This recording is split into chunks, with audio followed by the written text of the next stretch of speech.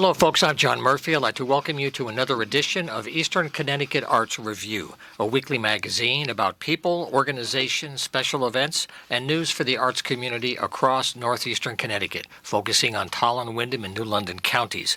I'm here with you live with my co-producer, Matt Rupar, every Wednesday afternoon. We're on the FM at 95.3. We're on the AM at 1400. Our programs are on YouTube on the WILI channel, and they're going to be on the public access channel, CTV 192, that is, on Spectrum Public Access. So we're trying to extend the reach of our audio programs here on the web and of course, with video. And my guest today is Charlene Howcom. I want to welcome you to the program, Charlene. Welcome aboard. Thank you. She is the Northeast Region Coordinator of the Cultural Coalition serving Southeastern and Northeastern Connecticut, and we're going to focus on her new position there and what she's doing in our region.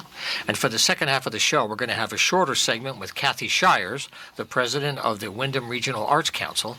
I had her on my radio program on WECS earlier today with an update on their activities. They're getting very busy now that spring is here. So at the end of our conversation with Charlene, we'll have a short update with Kathy from earlier today. So that's how we're going to use the time that we have, and it's great to have you on board. So Charlene, this will be the first, hopefully, of many conversations we'll have in the years ahead. Mm-hmm. And I just wanted maybe to introduce yourself about some of the background that got you into this position to work on a regional level, and what your first year or so has been like as you've gotten involved with the arts community very, very deeply. Well, a little history on me. I used to, many years ago, I had started writing for children, and I pursued that for, 10, 15 years. And while I was doing that, I wanted to work more in picture books and illustrations. So I took some courses over at RISD. I participated in their illustration program. That's a great school. Fell in love with art and decided to go on to painting and studies. So I actually have 2 certificates with them, continuing education certificates. And since that time, because I was coming from not an art background, I felt like I just had to immerse myself into the environment to really learn, and have been doing that ever since. So we moved to the region, to this area in the Northeast about 5 years ago, so my children could go to E.O. Smith High School, and my daughter plays the harp. She's very, very into the arts, and we just together as a family, I think it's just something we want to focus on. She's a little older now, and so I have taken time that I used to dedicate going to lessons and all of that to start learning about the arts that are in the region that I didn't have time to focus on before. So as I was journeying or taking this journey to discover the region myself, I saw the posting for the Cultural Coalition and saw that they had the same mission. We're very much aligned in what we want to do, in our values, and what we want to bring to the area. And so it was good timing and a good fit, and I'm very grateful that they were willing to work with me, and hopefully we're off to doing some good things. And one very exciting thing about the work you're doing now is that you're getting so deeply involved at the time of recovery as COVID begins to wind down, when you've seen some of the worst stresses that a system could have. Yes. Not just, financial is obvious, but the emotional pressure, the audience pressure, all these things that tested everything, people are managing to get through. So many of the services or events or programs that the coalition or the other state service organizations did were like a lifeline for individuals. And in our region, people are pretty spread out, We're pretty isolated out here. Right. So having someone like you to connect the dots and let the local organizations get better connected to you means maybe better resource utilization. I hope so. Yeah. Yes, we definitely see there is a challenge of getting to all of the different areas because it is so isolated, and people sometimes struggle not knowing where to reach. They know they need help, but there wasn't a consolidated place that they could find or even knew to look. So we're hoping that we can start to bridge that gap little by little. Especially, like you said, at this time of recovery when people are starting to climb out. Oh, thank God, right? Yes, Oh, exactly, yeah. Oh, yeah, exactly. for sure. And the coalition has been working. Before I came on, they pivoted. They of course were already doing good work in southeastern Connecticut, and when COVID hit and the arts and culture sector really suffered.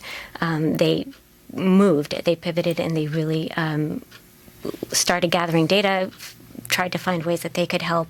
They're still working toward helping the recovery. I know with the ARPA dollars that they're working with municipalities that are, just providing guidance on how to use those funds with arts and culture in mind. The Connecticut Arts Alliance and the coalition, they're recommending that towns divert like 1% of the aid that's coming in toward the arts, and some are doing it, and so they are trying to help them figure out how to do that, how to best manage those funds. Yeah.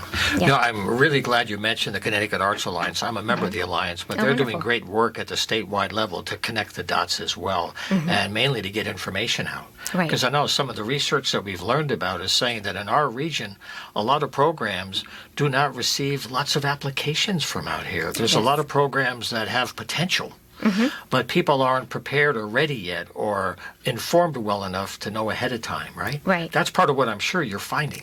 It is true. There are multiple factors that are feeding into the lack of applications. Some of it is that the organizations are small. They don't have the staff to really be able to devote the time to either apply, write, or they don't feel that they themselves have the education or knowledge to be able to do it, or they're volunteer run, so they don't qualify for some of those grants that require the operating budgets. They can't do it. Catch-22. Right, exactly. So we are providing some assistance. We offer a funding booster. The people in the Northeast are welcome to join. It's, I think they do monthly drop-in clinics, and there is a grant one coming up on the 24th. So, is that tomorrow? Yeah. Tomorrow. I don't. You may need to have registered in advance, but I would say check the website, and they. If you're interested in applying for grants, then absolutely sign up, find out what you might be eligible for, and how you can go about it. Yes. We just want to mention, in case you've just joined us, we're talking today with Charlene Halcomb. She's the Northeast Region Coordinator of the Cultural Coalition serving Southeastern and Northeastern Connecticut. And the website is a good resource to jot down, because all the things that Charlene's talking about, there's a lot more information there than we have time for. You can follow up and learn about more things. culturesect.org. You get everything. There are some webinars coming up that I saw recently at a web meeting I attended, where they have a program that's there to help people get their applications ready. Yes. And that is incredible, to help someone not reinvent the wheel. Can you talk about what a difference that could make for somebody who is not having the confidence yet? They have an idea, but they're not confident. Yes. The person who runs it, and I don't want to say her last name because I will butcher it, but she's very knowledgeable. She will help them write the grant. She will help them talk through the ideas. The people who go, everyone that I've talked to who has gone to see her has just raved that the information was so useful and so helpful. I know that we have one member that I've been talking to recently where she had applied for grants before, was not successful. And then after talking to Jess is her first name, with the funding booster, really clarify the ideas and figure out how to write the grant. She received several over this last.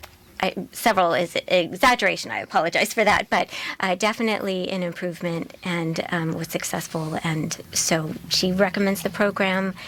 We had another member attend recently that, again, struggled because they thought that perhaps they were not eligible, but they actually are for some. So that's wonderful. Yeah. Yes. So it's just really knowing the differences in grants that can look similar, and this one doesn't allow you, but this one does. So it's helpful to have an expert be able to guide you through the process. Also, if you're looking for resources and supports right now, the Connecticut Office of the Arts is another huge connection to all the statewide and regional service organizations, and they offer programs as well. So using the web carefully can give you a lot of information. And the one thing I know I talked about with someone else from the coalition before was a lot of the COVID money is not going to stay. Yes. And they're trying to be smart to use it for structural improvements and not necessarily things that will come and go, because that's not going to become a regular operating source of money. I mean, that's a trap to think that way, isn't it? It is, Yeah. and I think we are going to see some of these organizations that got money that didn't normally qualify, received some, and it is a bit of a struggle to look at their budget to improve, but also not fall into that trap of, well, what are we going to do next year? Now we've committed to this expansion, and it's great, but how do we maintain that? How do we go forward and continue to build and grow? And we are, I know I just recently, with one of our staff meetings, had asked if this is something that we can provide education on, because I think so many people are going to be looking precisely for that. Yeah. You know, one thing that's kept me optimistic about all this is that just before COVID hit, there was a real sense of capability moving forward. That there were a lot of people that had worked on other grant programs, and they had gotten other supports, they had gotten business training, done other kinds of programs, and they were getting ready with some ideas, and then the whole thing shut down. Kind of like not dying on the vine, but suspended animation, you know. And the coalition is a resource for people to retune or maybe reconfigure, because what you're trying to do has to be rearranged somehow, right? Yep, things do need to change. Funders are looking at different things now.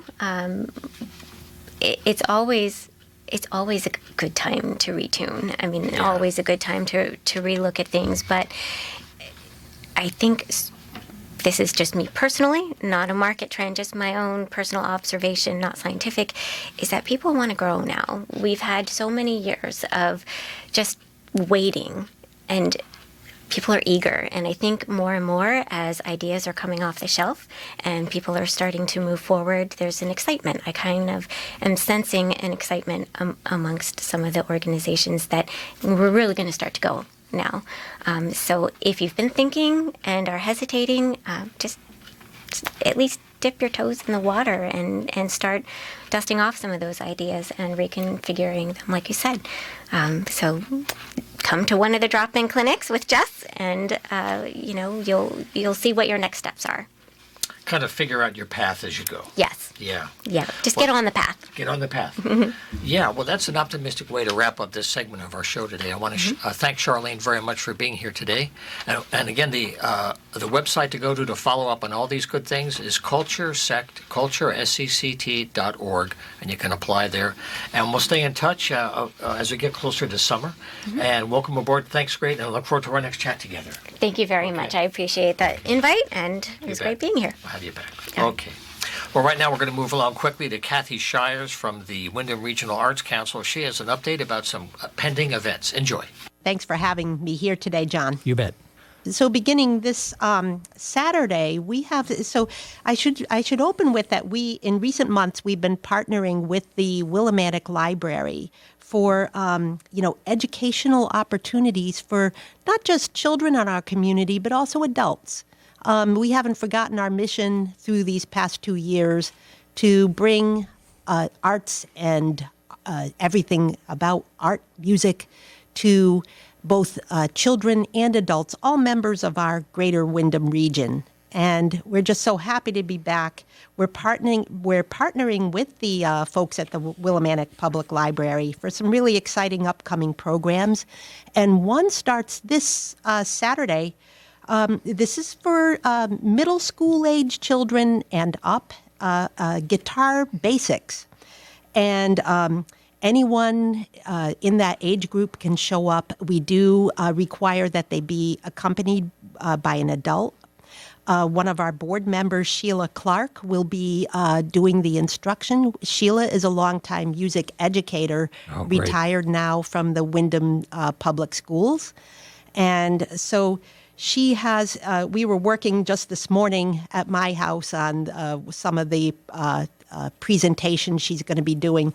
And I'll tell you, she plays a great guitar. I never knew she could play guitar, but there she was playing away international tunes and rhythms and so forth. This is a great opportunity for any child whether they are familiar with guitar playing or simply want to learn guitar. Yeah. You do not have to have guitar experience. You do not need to own a guitar. There you go. Yeah.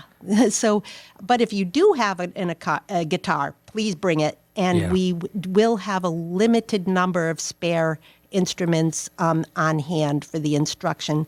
That begins at 10 o'clock. Will probably end about 11:30. On April 2nd and April 23rd, we're hosting a guitar workshop for adults, and this would be teenagers and older, or people who are just curious to learn the instrument, or anyone with some experience, or that guitar's been sitting in the closet and collecting dust. Get it out and bring it refresher. along. The instructors that day, who are Ruth O'Neill and Jim Hammett, they are the co-owners of Song a Day Music Center in Coventry. And those events, again, are April 2nd and 23rd. Yes, At the and library. the time for those workshops, the adult workshop, will be noon. So the adults get to sleep in a little bit later on a Saturday if they'd like to attend the adult workshops for the guitar. Now, I was happy to see a good friend's name on your list. Tom Hurlbut is a wonderful photographer. Oh. He works here at Eastern. He captures all the events for the school. He does lots of private commercial work, and he's your partner for some training here. Yes, Tom Hurlbut is a member of our board. We're so lucky to have him with the Wyndham Regional Arts Council because he does a lot of photography for us at our events and always freely gives of his time, and we are just ever so grateful. So here he is again on March 29th, and I did not write this down for you. It's also, on March, yes, I did. It's March 31st, two sessions. The March 29th session, which I believe is this coming Tuesday of next week, that program at the Willimantic Library Community Room will be at 1 o'clock it's a photography workshop focused, no pun intended, on a kind of headshots. I guess you would call them selfies, perhaps, but if you're working from a camera phone, but any camera of any style, he tells us, is fine. Your traditional point and shoot, your SLR, 35 millimeters, or your phone cameras. If you've got one of those, bring it along. And again, emphasis will be on techniques for a really good portrait or headshot, lighting, background, and other camera techniques to achieve your best look, especially, if you're not too pleased with your social media profile picture or whatever it is. Tom will teach you the tricks of the trade to improve that. So once again, for Tom's workshop, it's March 29th at 1 o'clock, and then there's a repeat session March 31st at 4 p.m. Okay, well, once again, the information to call at the library is 465-3079, 465-3079 for any of the workshops. We've been listening to Kathy Shires from the Wyndham Regional Arts Council. She's currently the president. She's been there for many years. And those are some of the events they have coming up in the next month or so. We'll continue our coverage here next week on WILI. This is the Eastern Connecticut Arts Review. If you'd like to join us in a future program, just use the email john@humanartsmedia.com, and I'll be happy to have you right here in the studio. And we'll see you next time. Take care.